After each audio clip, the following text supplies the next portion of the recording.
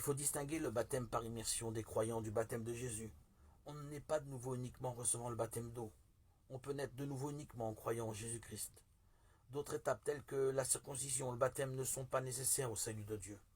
La Bible ne met pas l'accent sur le baptême d'eau que les croyants reçoivent, elle met plutôt l'accent sur le baptême que Jésus-Christ a reçu de Jean-Baptiste. En fait, nombre de versets de la Bible prouvent que le baptême de Jésus est indispensable et essentiel pour notre salut et que c'est l'acte de justice. C'est pour cette raison qu'il est cité au début des 4 évangiles. Marc commence explicitement l'histoire de l'évangile de Jésus-Christ, fils de Dieu, par le baptême de Jésus.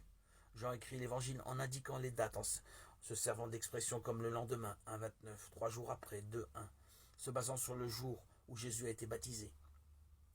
Le lendemain du jour de baptême de Jésus, Jean-Baptiste a attesté de la parole de Dieu. Voici l'agneau de Dieu qui enlève le péché du monde. Jean 1,29. Tous les péchés du monde ont été transmis à Jésus quand Jean l'a baptisé. Ensuite, il est mort sur la croix pour l'expiation de nos péchés, en disant « Tout est achevé ». Jean 19, 30.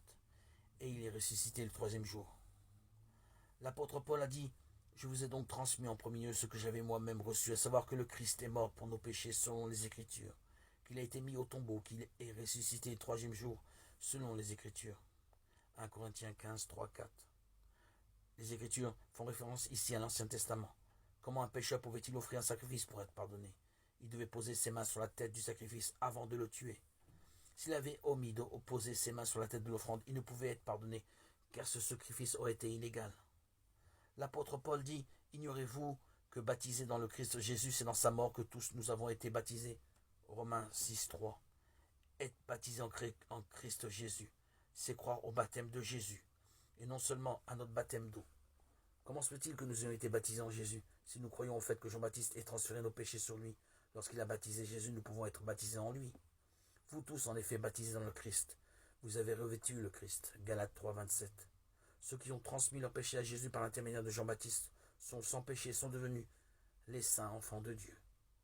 C'est en lui que vous avez été circoncis d'une circoncision qui n'est pas de main d'homme, par l'entier dépouillement de votre corps charnel.